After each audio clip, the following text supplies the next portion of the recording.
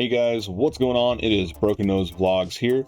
The last two videos that I've made on this channel were specifically about a keyboard that I got for free. It was that Red Dragon K617 Biz keyboard. It wasn't the stock version, it was the magnetic version where it had magnetic Hall effect switches. So you could essentially adjust your actuation point individually per key. Very cool concept. In terms of use though, it had a couple things going against it. Namely, it was a 60% keyboard. I'm not a huge fan of 60%ers. I was making a sort of exception for this particular model because of the technology behind it. In the end, a couple things did end up making me kind of drift away from it. It didn't sound great, even after I did my acoustic mods to it, where I put vinyl and some other, tape on the PCB and everything like that. It still didn't sound great. The other problem that I had was the software. The software was a little dated, and this has always been a problem with Red Dragon for me, at least. Either the software works great and it does what it should do, or there's something wrong with it functionally, sort of like pivotal, or it just doesn't work at all. And this fell into the second category, and I can explain a little bit further. Essentially, like I said, you can adjust the actuation points on your keys. The problem was you couldn't make multiple profiles with your actuation points. So you either had the actuation points set up for the game that you were playing, or you could just have a daily driver set up. There was no in-betweens. And for me, I was kind of like, I'd rather have it set up to go profile to profile, and unfortunately it just didn't work. So I ended up putting it in storage. I still have it, I just don't know what I'm going to do with it. I ended up going to another Red Dragon keyboard that I have, and I can't remember the model number off the top of my head. I believe it's a K649. I'll post a picture. It is an entirely translucent keyboard, very neat, very aesthetically nice looking. It is in two flavors. There was the entire translucent / white, or you had this smoky gray black. I only ever saw the smoky gray black at Micro Center. I was never able to track that one down, so I ended up having this translucent one for a while. Aesthetically, it looked neat, but to type on, it did not feel very good. And I'm assuming it's because what the keycaps were made out of. I can only surmise they were probably made out of polycarbonate. It was very slippery. They were very slip and slide. They did not feel good to type on for an extended period of time. So I only used that keyboard for as long as I absolutely had to. As I was using it, I was actively searching for another keyboard. Now, I had gone through quite a few keyboards from quite a few brands over the years, and I decided to try maybe somebody that I'm aware of, but I've never tried anything from them before. I've heard of this company. I've known about them probably ever since Fry's started to have their financial troubles. Fry's Electronics, right before they went out of business, they were stocking product from this company. This company is known as, and I'm probably going to butcher it, Gamdias. I'm assuming it's supposed to be Greek. This company supplied Fry's Electronics with quite a few PC cases and accessories before they went out of business, when they were having their issues with their other suppliers. Now, this company is very similar to Red Dragon. They do keyboards, they do mice, they do headsets, and like I said, they also do cases. They are still making cases to this day. As a matter of fact, my local Micro Center has some from this company as well. So the keyboard that I ended up going with is a model known as the Hermes E7. And now I am covering my face. Sorry. So it's a Hermes E7. So it's a 10 keyless, and I mean, it's pretty run of the mill. Nothing really obviously is jumping out at anyone, right? The things that I like about this is these keycaps are already PBT. There is a volume knob on it. It is mechanical, so we're going back to switches. And you don't need software to control the RGB. So this actually ticked a lot of boxes for me when it came to what I was looking for. Personally, I'm not a huge fan of having to install software to control RGB. I'd much rather just either have it do it on its own, or I don't know, just make a lightweight program. A lot of these programs, I feel like they're trying to do too much for controlling RGB, but that's just a personal opinion. So this keyboard is a 10 keyless, like I said. So I have my function keys, I have my 10, my 4 arrows, and my 6 page up down keys over on the other side. Being mechanical, if I don't like what the switches it shipped with are, I can switch them out, which I can't do with the Red Dragon, right? Also, being PBT keycaps, they should be thicker and they should sound nicer and they should feel nicer, which, spoiler alert, they do. So this keyboard shipped with red switches, which red switches are not my favorite. As a matter of fact, the Red Dragon, the transparent Red Dragon that I was using was also linear red switches. This being red switches, I was like, all right, tried it. I don't like the feel of red switches. I like some tactile bumps. As a matter of fact, the Artemis that I use on my main rig, this is for that Intel, by the way, the Intel rig that originally started as a Stepmania PC and now it's just sort of this weird backup PC that I use. The Artemis, I use a variety of switches. I use Gateron Baby Kangaroo 2.0s, I have Kale Box Jades, and then I have Gateron Greens. I think I might even have some Epo Maker switches in there that are their tactiles. So there's like 3 or 4 switches in there. When I got this keyboard and I tried the reds out, I knew I was not going to stick with them, and I ended up switching over to the Inland Holy Panda clones that I had for that Red Dragon S136 that I did a video on. It was that combo kit where it came with the mouse and the keyboard and it only had one USB for both of the pieces of hardware. I also, for some reason, had 10 Glorious Panda switches left over, give or take. I haven't used Glorious Panda switches in a very long time. I have moved away from them. They're expensive.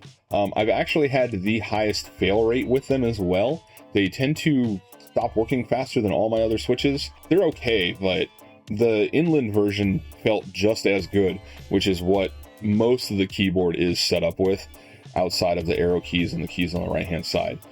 The key switches in here are going to be the Inland Holy Pandas, Glorious Pandas, and then I had some Gateron Greens. The greens are in my, like, where I'm sort of hitting things really hard: spacebar, enter bar, escape button, caps lock, things where I want to feel a more tactile sort of feel and sound when I'm hitting them, especially with like caps lock and stuff like that. So I know, oh, whoops, I accidentally hit caps lock because I'm a moron. It's a good setup. It mirrors what I'm using currently on my other build, just with some sort of lesser quality when it comes to the spring back. Like Baby Kangaroo 2.0s spring up really quick. These Pandas, not quite as much, but it still gives me the same feel, and that's all I'm really going for with this keyboard. I am not trying to sort of high-end build. Audio-wise, with the PBT keycaps, this thing actually sounds pretty good, and I will go ahead and let you guys hear that really quick.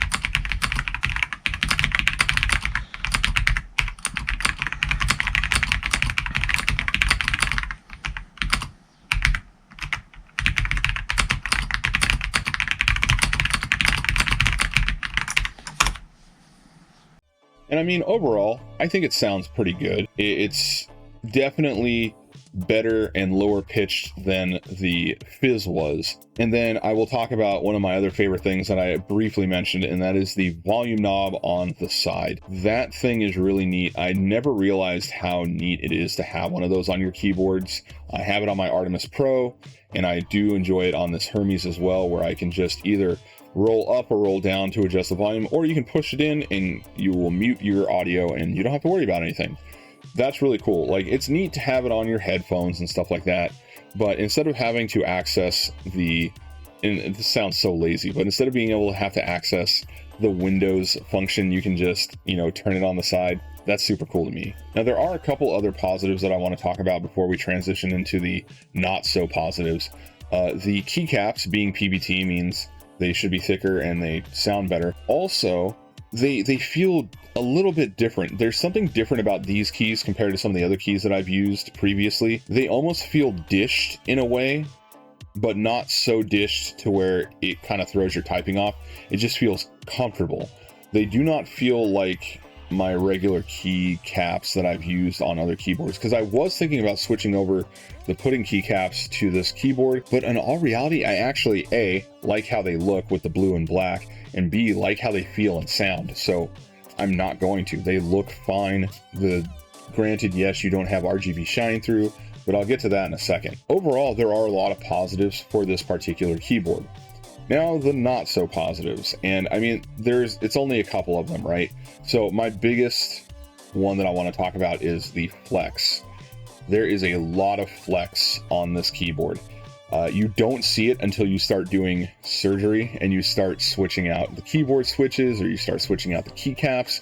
When you press them in to make sure they mate and they seat properly, the entire keyboard PCB, you can just see it sink down.